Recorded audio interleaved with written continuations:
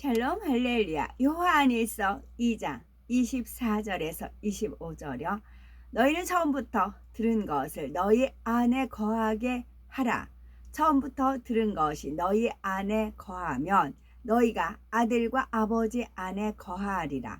그가 우리에게 약속하신 것은 이것이니 곧 영원한 생명이니라. 아멘. 3차 영혼육 두 번째, 육체와 육체의 일입니다.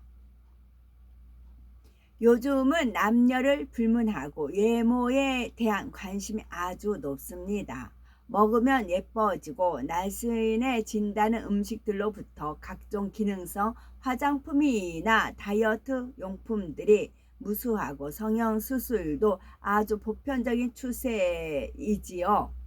그렇다면 성형수술로 아름답게 바뀐 사람의 인생은 이전보다 더 가치가 있을까요?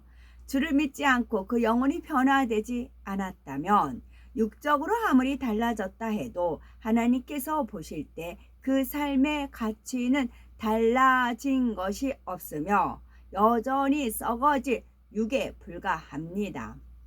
우리는 인생에서 참으로 가치 있는 것이 무엇인지를 깨닫고 진리로서 내면을 아름답게 변화시키는데 더 관심을 두어야 하지요. 영혼이 아름다운 만큼 하나님께 사랑을 받음으로 범사에 잘되고 강건하며 장차 천국에서는 영원한 영광 중에 거하게 됩니다. 마음을 진리로 이룬 만큼 외면적인 아름다움도 보너스로 따라오게 되지요. 전도서 8장 1절에 사람의 죄는 그 사람의 얼굴에 광채가 나게 하나니 그 얼굴에 사나운 것이 변하느니라 말씀한 대로 영혼이 잘 되는 만큼 사나운 인상이 선하고 고운 인상으로 바뀌며 또한 어둡고 세상에 찌들었던 얼굴도 영적인 빛이 임하여서 반짝반짝 빛나게 됩니다. 이목구비를 하나하나 따져보면 평범한 얼굴이라도 그 사람 참 예쁘다, 그 사람 참 아름답다 라고 호감을 사게 되는 것이지요. 그러니 하나님을 경외하여 성결되고 영으로 들어가는 것이 세상 어떤 것보다도 가치 있는 투자요, 유익된 일입니다. 모든 죄성을 버려야 성결이 될 수가 있습니다. 몸은 아담의 범죄 후 진리의 지식이 빠져나간 사람의 형체이며 몸의 행실은 몸 안에 담긴 비진리를 쫓아 나오는 행실입니다. 육신은 진리가 빠져나간 몸과 죄성이 결합된 것이면서 이러한 육신을 낱낱이 나누어서 말하며 육신의 일입니다. 몸과 결합된 죄성들 곧 미움, 시기, 질투, 음욕, 욕심, 교만, 혈기 등 이런 하나하나가 육신의 일이며 이것들을 총칭해서 육신이라고 합니다. 육신의 일을 행한다는 것은 사람의 행함으로 범죄하는 것이 아니라 마음속에서만 범죄하는 것입니다. 예를 들어 다른 사람이 가진 보석을 보고 실제로 도적질을 하는 것은 아니라 저것을 갖고 싶다, 주인 몰래 가져오고 싶다라고 생각하면서 탐심을 품었다면 곧 마음으로 범죄하여 육신의 일을 행한 것입니다. 세상 사람들은 마음으로 범죄한 것은 죄라고 생각하지 않고 처벌을 받지도 않습니다. 그러나 하나님은 외모가 아니라 중심을 보시며 원수 마귀도 육의 사람의 마음을 알 수 있기에 육신의 일에 대해서도 송사할 수가 있습니다. 원수 마귀도 육의 사람의 마음은 알 수 있다는 거예요. 한정이 되어 있어요. 육의 사람 마음이에요. 예수님께서도 여자를 보고 음욕을 품는 자마다 마음에 이미 간음하였느니라 말씀하셨고 요한일서 3장 15절에는 그 형제를 미워하는 자마다 살인하는 자니 살인하는 자마다 영생이 그 속에 거하지 아니하는 것을 너희가 아는 바라 말씀했습니다. 이처럼 마음으로 범죄한다는 것은 이미 행함으로 나올 바탕을 마련한 것이며, 마음으로 범죄하는 사람은 행함으로 범죄하는 사람과 마찬가지로 죄인입니다. 예수님께서 십자가를 지실 때 가시관을 쓰시고 피 흘려 주신 것은 바로 육신의 일을 대속하시기 위함이었지요.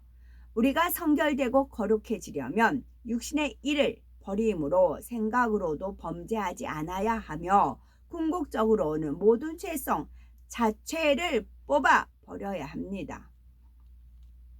요한일서 3장 15절에 그 형제를 미워하는 자는 살인하고 영생에 거하지 않는다 했어요. 영생의 반대는 뭐예요? 영원한 사망이에요.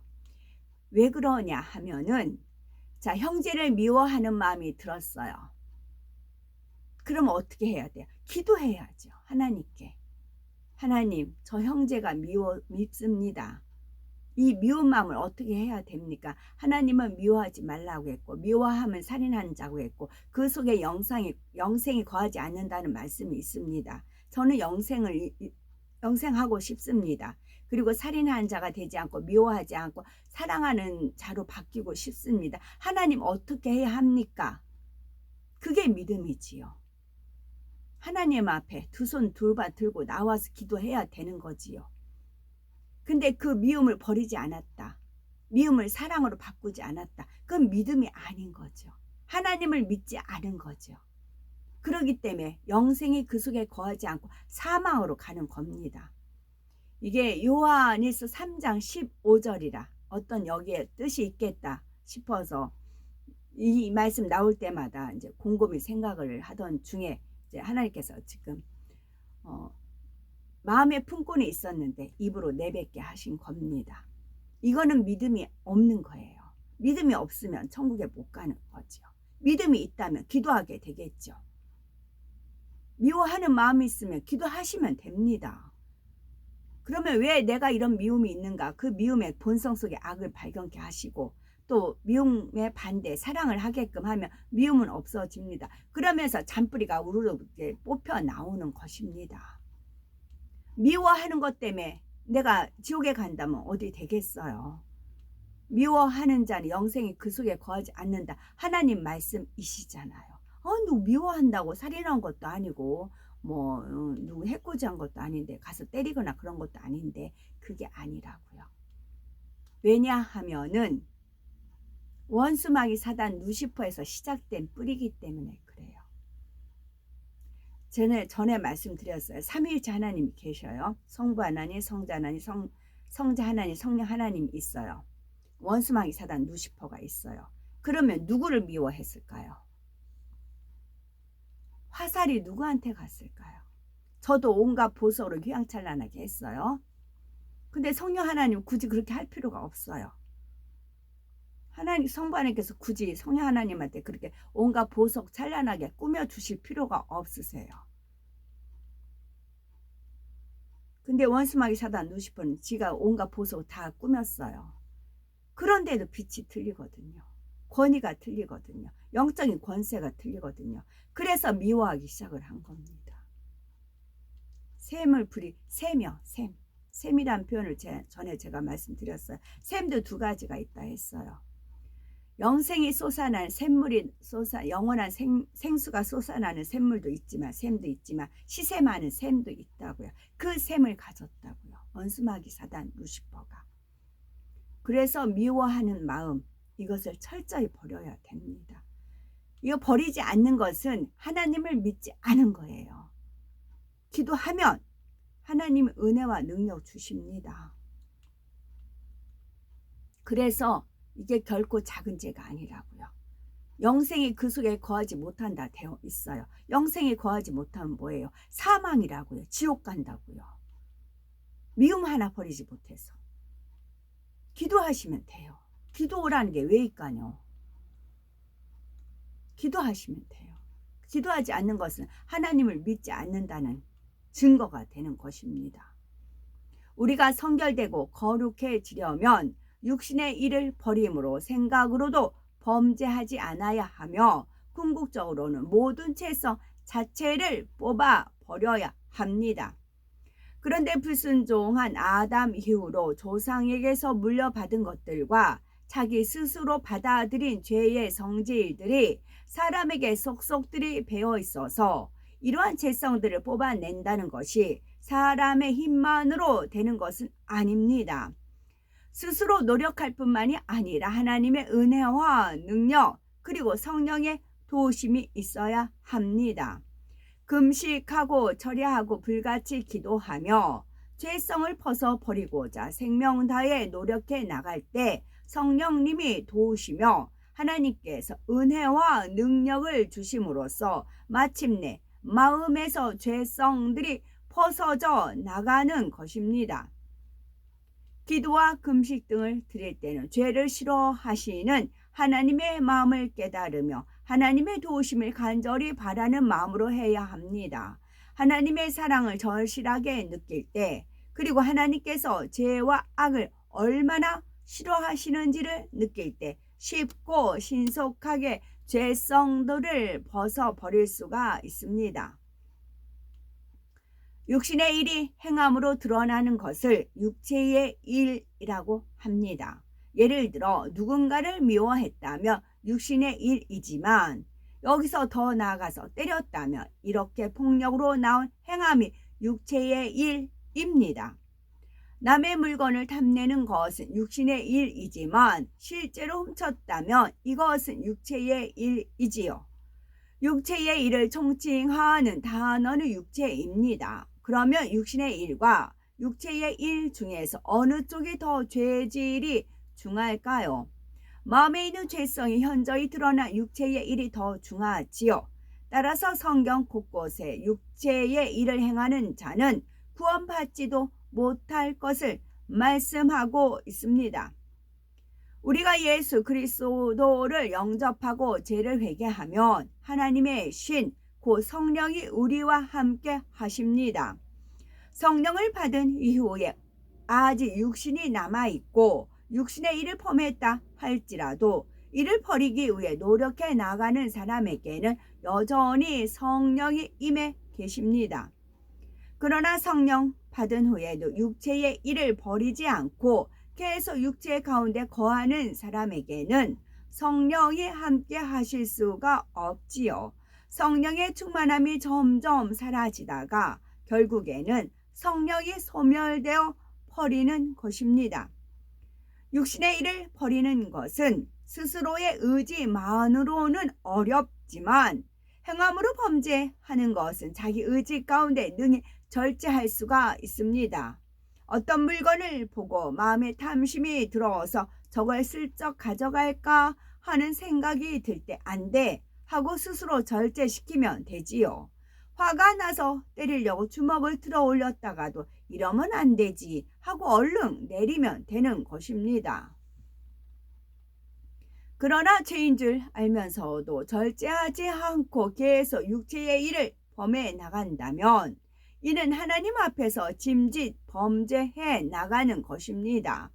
물론 믿음의 1단계에 있는 초신자라면 육체의 일을 단번에 버리지 못할 수도 있습니다.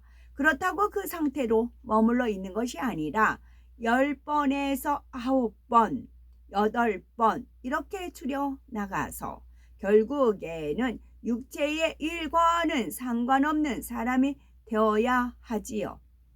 더구나 어느 정도 믿음이 있는 사람들이라면 당연히 육체의 일은 벗어버려야 하는 것입니다. 히브리서 10장 26에서 27절에 우리가 진리를 아는 지식을 받은 후 짐짓 죄를 범한 즉 다시 속지 않은 죄사가 없고 오직 무서운 마음으로 심판을 기다리는 것과 대적하는 자를 소멸할 맹렬한 불만 있으리라 했습니다. 믿음이 있다 하면서도 짐짓 육체의 일을 행해 나가면 결국 이것이 큰 죄의 담으로 쌓여서 회개하고자 해도 회개가 되지 않습니다. 성령의 역사도 받지 못하며 하나님이 두려운 하나님인 것 같고 구원의 확신조차 희미해지는 것입니다. 육체적인 음행, 영적인 음행이 있는데 육체적인 음행 살펴봅니다. 갈라디아서 5장 19절에 육체의 일은 현저하니 뚜렷하게 보이니 곧 음행과 더러운 것과 호색이라고 말합니다. 음행이란 결혼하지 않는 남녀가 서로 육체적인 관계를 갖는 것이고 앞으로 결혼할 사이라고 해도 예외는 아닙니다.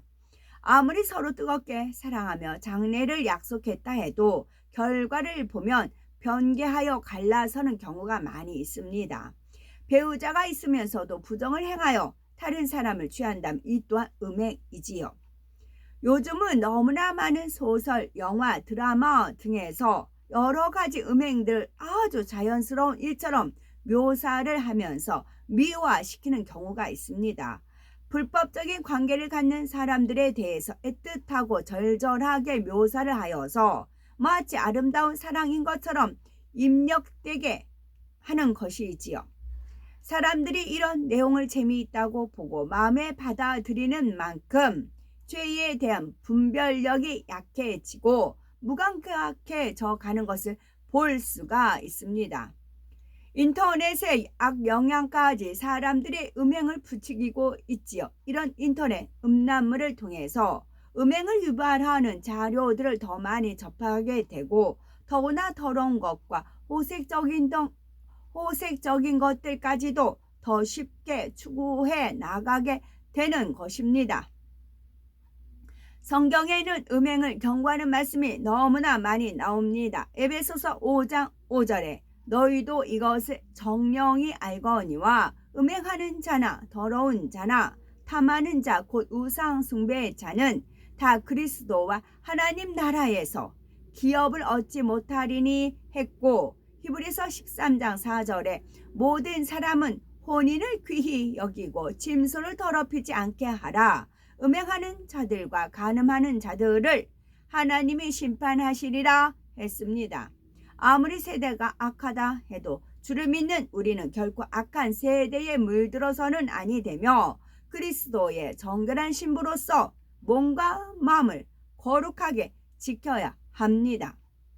두 번째, 영적인 음행. 그런데 사람 사이의 육적인 음행 외에도 영적인 음행이 있습니다. 하나님의 자녀이며 주를 믿는다 하면서 점을 본다거나 부적을 소유하는 등 사수를 취하는 것을 말하지요. 이는 곧 악한 영을 섬기며 귀신을 숭배하는 것입니다. 열왕기하 1장을 보면 이스라엘 왕 아하시아가 병이 들자 이방 신에게 사자를 보내어 자신의 병이 나을 것인지를 물어보고자 합니다. 이때 하나님께서는 이를 심히 서운히 여기심으로써 이스라엘에 하나님이 없어서 너희가 에글론의 신 바알세불에게 물으러 갔느냐 하셨고, 왕에게는 네가 올라간 침상에서 내려오지 못할지라 네가 반드시 죽으리라 하셨지요. 그 말씀대로 아하시아는 병상에서 회복되지 못하고 그대로 죽고 말았습니다. 이처럼 오늘날 하나님의 자녀라 하고 주를 믿는다 하면서도 생사화복을 주관하시는 하나님을 의지하지 않고 우상과 귀신을 의지하는 행함이 바로 영적인 음행이며, 이는 하나님을 배신하는 행위와 같다는 사실을 반드시 기억하셔야 됩니다. 오늘날은 심히 마지막이 가까운 시점으로 아버지 하나님께서는 정결한 자녀들과 마지막 때 하나님의 도구로 쓰실 사람들을 애타게 찾으시지요. 그래서 정령 죄를 벗어버리고자 간구하는 자녀들에게는 반드시 은혜와 능력을 풍성히 주시며 불같은 성령의 역사로 신속하게 성결 태도로 인도해 가십니다. 우리 모두가 속히 영으로 온 영으로 힘있는 영적 장수들로 나와서 마지막 때를 이루는 역사 속에서 큰 사명을 감당하며 장차 새 예루살렘의 영광 중에 거하는 우리가 되어야 되겠습니다. 아멘.